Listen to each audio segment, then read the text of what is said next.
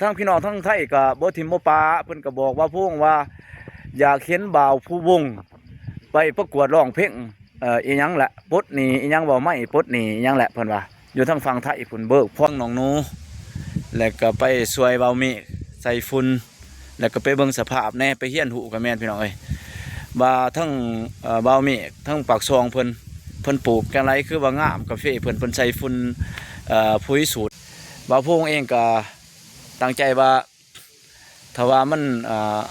ผลตอบรับดีเบาก็สิได้เฮ็ดเพลงต่อไปให้ FC ได้ฟังในก็สิท้ายสลับไปกับการเฮ็ดสายบุญแน่แล้วก็เฮ็ดเพลงไปนำพี่น้องเอ้ยตามเวลาที่เหมาะสมเนี่ยแล้วว่ามันไปได้ไปดีก็ฝากเลย FC ซอยพักลั่นซอยติดตามกดไลค์กดแชร์ให้บ่าวผู้วงแล้วก็บ่าวผู้วงก็ตั้งเป้าไว้ว่าจากไร100,000 วิวถ้าได้100,000 วิว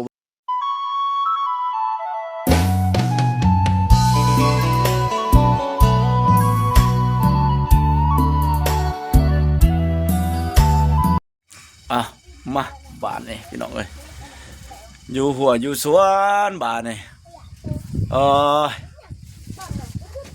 มาใส่ฝุ่นเสียหญ้าสวนพี่น้องเอ้ยมานี่กาแฟก็เริ่มมีฝนมีฝาลงมาก็สะซื่นแน่จังหน่อยมันก็ ถอดยอดแน่เพราะเบิ่งอยู่พี่น้องเอ้ยแต่ว่าก็บ่งามปานใดก็ดีขึ้นอยู่เฮาใส่ฝุ่นเอานั่งอยู่หัวอยู่สวนพี่น้องเอ้ยกราบทักทายสบายดีเด้อพ่อแม่พี่น้องFC ที่เคารพรักเบิดสุผู้สุคนเด้อพี่น้องเอ้ยมื้อนี้ว่าผู้วงเองก็มาหัวมาสวนก็มาตั้งแต่เมื่อวานนี้พุ่นน่ะเป็นมื้อที่2มื้อนี้ก็เว้าเองก็เลยล่าพักเบียกทั้งข้าราชการของว่าวงเบียกทั้ง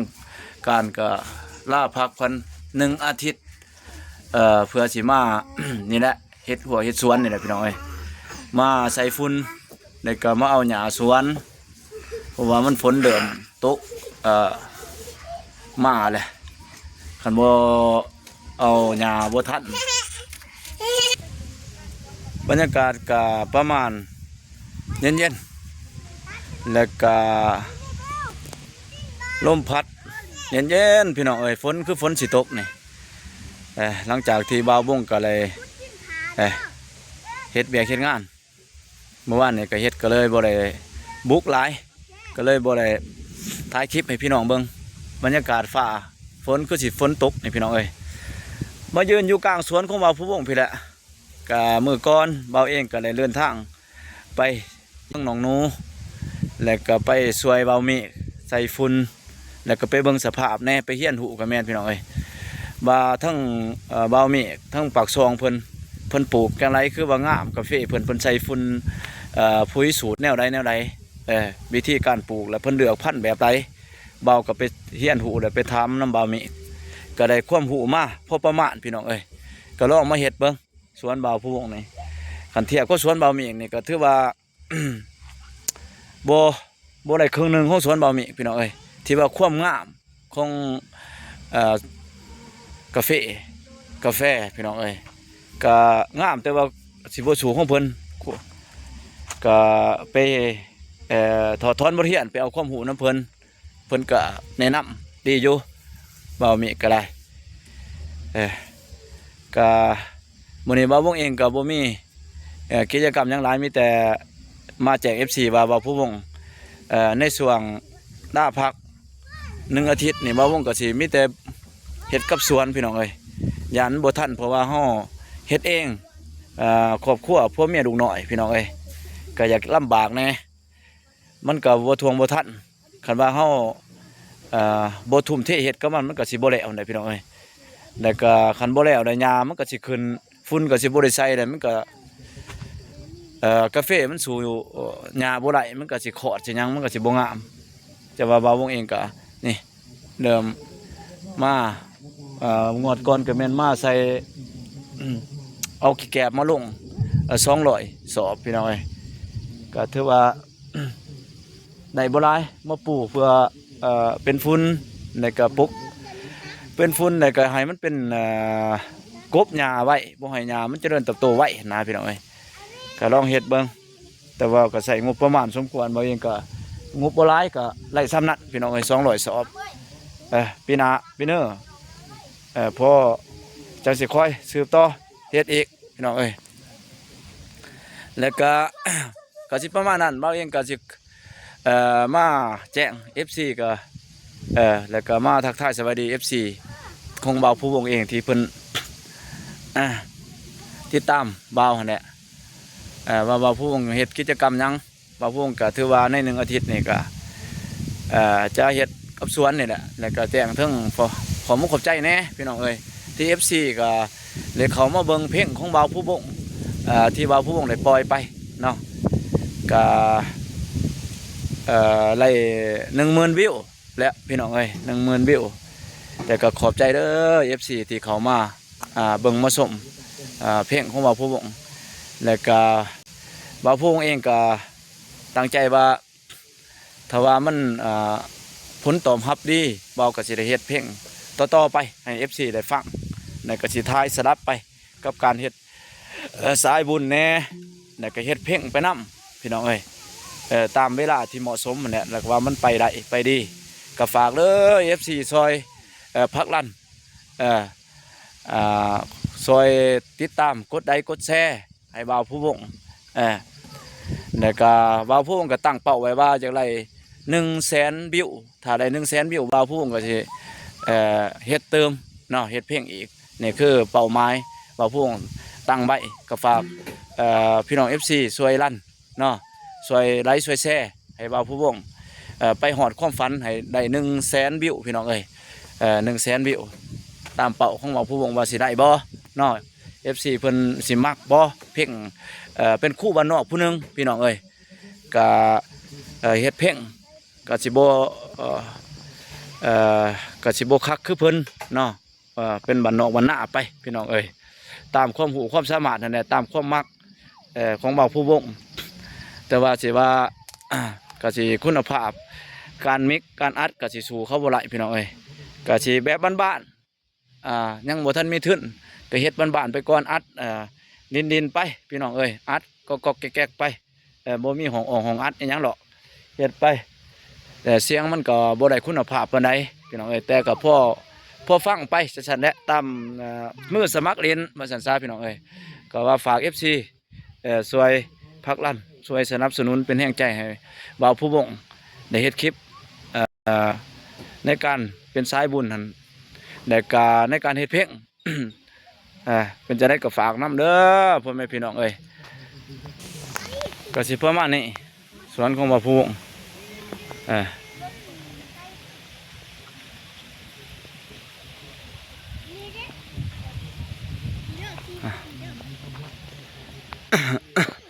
แต่ว่าก็0.6บ่ถึงเฮกตาร์พี่น้องเอ้ยที่บ่าวผู้วง มีสวนตอนเดียวพี่น้องเอ้ยก็สิพยายามรักษาเพราะได้เก็บกาแฟน้ำหมูน้ำเพิ่นหั่นแหละพี่น้องเอ้ยอยู่ทั้งเขตกาแฟบ่ได้เฮ็ดหยังก็จะสิเฮ็ดจังไดพี่น้องเอ้ยก็อย่างน้อยก็ได้เก็บกาแฟน้ำเพิ่นบ่ฮู้ว่าสิเฮ็ดหยังนอกจากเฮ็ดอาชีพเป็นครูแล้วก็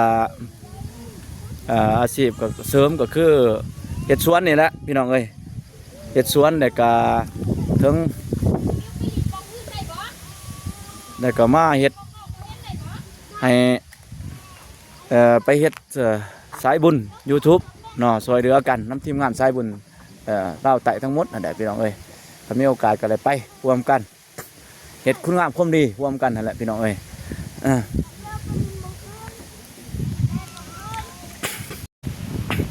ผมเองก็ เลยก็ ไลค์คอมเมนต์เนาะเขามาทักทายสบายดีมาทั้งสองบ่าวผู้วงในการลงคลิปเพลงนั่นแหละพี่น้องเอ้ยไลค์คอมเมนต์เพิ่นก็ให้กำลังใจบ่าวผู้วงก็เลยดีใจเนาะที่เห็นเพิ่นส่งขอความมาทักทายสบายดีกันว่าเป็นจังไดบ่าวผู้วงว่าซั่นพ เพราะนี่เนาะพี่น้องทั้งไทยเพิ่นว่าคอมเมนต์หลายๆคอมเมนต์แล้วก็หลายคนก็บอกว่าเอ่อเพราะนี่ม่วนซื่นชอบเนาะพี่น้องทั้งไทยเฮาพี่น้องทั้งคนลาวที่อยู่ต่างประเทศอยู่ทั้งต่างประเทศพุ่นแหละอยู่สหรัฐอเมริกาพุ่น FC เพิ่นก็ส่งมาบอกว่าสบายดีว่าผู้วงม่วนเด้อเพียงจะว่าผู้วงว่าซั่นขอบใจเด้อ FC เอ้ยที่บ่ถิ่มบ่ปาว่าผู้วงลงคลิปเพิ่นก็เข้ามาส่องมาเบิ่ง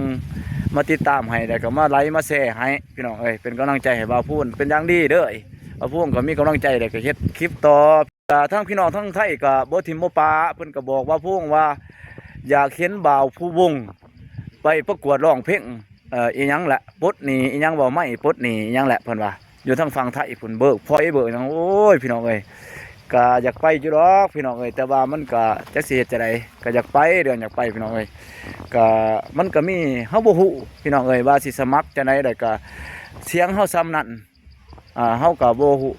มันสิผ่านบ่อีหยังนะพี่น้องเอ้ย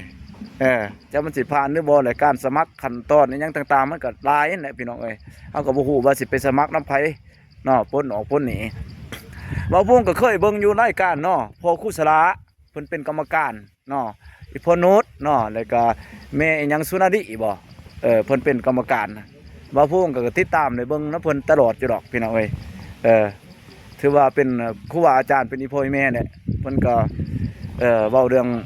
วงการเพลงวงการดาราทั้งเมืองไทยเฮาก็สิฮู้ดีเนาะเรื่องพ่อสลานี่ก็ถือว่าเป็นบุคคลที่เป็นศิลปินแห่งชาติของเพิ่นเนาะของประเทศไทยทั้งพี่น้องทั้งไทยเฮาแล้วก็ชื่อเสียงของเพิ่นลั่งในประเทศไทยแล้วก็สุดๆในประเทศไทยแล้วก็ในฝั่งลาวก็ FC ของพ่อครูสลานี่ก็ผู้จักเพิ่นเบิดนั่นแหละพี่น้องเอ้ยพ่อครูสลาถือว่าโด่งดังที่สุดแล้วก็เป็นบุคคลที่บ่าวผู้วงชื่นชอบเป็นพิเศษคือกันเนาะพ่อครูสลาก็ได้การแต่งเพลงของเพิ่นนี่ถือว่าเป็นสุดยอดเนาะเป็นสุดยอดที่แต่งเพลงแนวลูกทุ่งบ้านหน้าลูกทุ่งอีสานนี่ถือว่าหมอลำบ่เป็นเบอร์หนึ่งในใจของบ่าวผู้วงในพวกครูสลาเนี่ยเนาะเก่งที่สุดแล้วก็ขันเบาเรื่องผลงานเพลงต่อเพลงนี่ถือว่าเป็นการเฮ็ดเพลงนี่ถือว่าโด่งดังที่สุดในยุคหนึ่งเนาะของเพิ่นเนาะในปัจจุบันก็ลั่งอยู่แต่ก่อนก็ลั่งมาตลอดเนาะพวกครูสลาเนี่ยเนาะถือว่าเก่งที่สุดแหละสำหรับบ่าวผู้วงนี่เนาะถือว่าหาผู้เทียบก็เพิ่นนี่ยากพี่น้องเอ้ยถือว่าเป็นสมองเพชรอีกผู้หนึ่งเนาะที่ว่าเก่งที่สุดแต่บ่าวผู้วงเคยเห็นการเขียนเพลงของเพิ่นผลงานของเพิ่นนี่บ่แม่นว่าไปย่องเพิ่นเว้าเรื่องผลงานของเพิ่นเนาะก็ยอมรับว่าเพิ่นเก่งอีหลีพี่น้องเอ้ยผลงานของเพิ่นนี่ก็ถือว่าเพลงต่อเพลงของเพิ่นที่ว่าเป็นป้ายประกาศของพอสลานี่เนาะพอครูสลานี่ฮู้กันทั่วบ้านทั่วเมืองพี่น้องเอ้ยทั้งฝั่งไทยและฝั่งลาวทั้งบ่าวผู้วงเองก็เป็น FC เพิ่นได้ก็ไปติดตามเพิ่นก็ได้เบิ่งตลอดการอันนั้นออกได้กองรายการถือว่าเป็นยอดคนอีกผู้หนึงเนาะหมายคันไปเบิกพออะไรไปบดนี่ก็สิไปพอเพิ่นอยู่ดอกเนาะแต่ว่ามันก็โอ้ยเป็นเรื่องไกลฝันไกลเกินฝันพี่น้องเอ้ยมันไกลแล้วมันสิไปหาเพิ่นได้จังไดพี่น้องเอ้ยเฮาก็อยู่พี่อยู่หัวอยู่สวนพี่โอ้ยมันสิไปจะได้พี่น้องเอ้ยพี่แหละอยู่หัวอยู่สวนพี่อยู่บ้านนอกบ้านหน้าตรงให้ตรงหน้าพี่น้องเอ้ยเพิ่นก็อยู่พุ่นในกรุงเทพพุ่นจักเท่าไรกิโลเนาะไปก็บ่ฮู้อีกว่าสิไปจะได้พี่น้องเอ้ยมันก็มีแต่ติดตามเพิ่นเป็น FC เพิ่นนั่นแหละก็ทั้งฝั่งลาวก็มีที่ผู้บ่าวผู้วงมักแล้วก็ชื่นชอบก็คือพี่น้องเอ้ยที่ว่าทั้งฝั่งลาวเฮาที่บ่าวผู้วงมักแล้วก็ชื่นชอบอีกบุคคลหนึ่งก็คือพอลาเวียงวุฒิโคที่เพิ่นตอนปัจจุบันนี่เพิ่นได้เสียชีวิตไปแล้วเนาะถือว่าเป็นบุคคลที่เขียนเพลงที่ดีที่สุดสำหรับบ่าวผู้วงที่เลยก็เก่งที่สุดสำหรับบ่าวผู้วงนี่สำหรับฝั่งลาวเฮาเนาะตัวนี้เนาะถือว่าเป็นบุคคลที่เขียนเพลงบ่าวผู้วงเองก็ได้เข้าไปติดตามผลงานของพอลาเวียงเนาะก็ถือว่า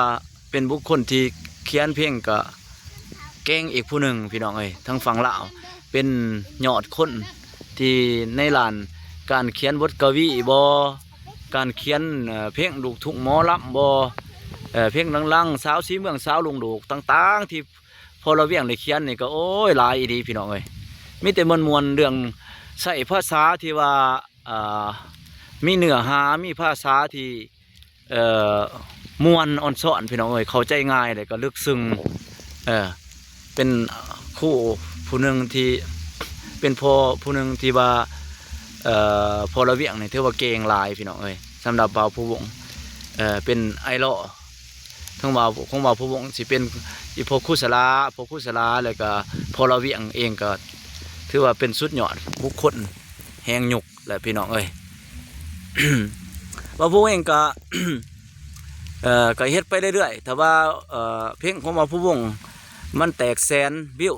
100,000 วิวนี่บ่าวผู้วงก็สิเฮ็ดเพลงเดินต่อไปอีกพี่น้องเอ้ยฝากในเด้อ FC อีกเทื่อนึงพี่น้องเอ้ยตอนนี้ฝนก็ตกลงมาปล่อยๆพี่น้องเอ้ยบ่าวผู้วงก็อยู่กับพวกกับสวนอยู่กับต้นกาแฟนี่หรอกกาแฟทั้งหลังบ่าวผู้วงนี่พี่น้องเอ้ยก็พ่อสิได้เก็บน้องเขาอยู่บ่ปีนี้สิมานี่ก็เดือน11 12นี่ก็เริ่มได้เก็บแล้วพี่น้องเอ้ยนี่ฝนก็ตกปล่อยๆมากก็บ่าวผู้วงก็สิขออนุญาตจบคลิปก่อนโอกาสหน้าพอกันใหม่พี่น้องเอ้ยขอบบุญขอบคุณเด้อขอมุกขอบใจ FC ที่เขาไปเบิ่งไปส้มคลิปของบ่าวผู้วงสิเป็นคลิปเพลงเด้อคลิปสายบุญต่างๆก็ขอให้ทุกคนมีแต่สุขภาพเข้มแข็งแข็งแรงและร่ำด้วยกันเบิดสุขสุขคนโอกาสหน้าพอกันใหม่ฝนตกแล้วไปลูกไปฝนตกแล้วไปพี่น้องเอ้ยไปก่อนบ้านนี้มานี่ไปก่อนเข้าตูบ้านนี้บ๊ายบายพี่น้องเอ้ยไปก่อน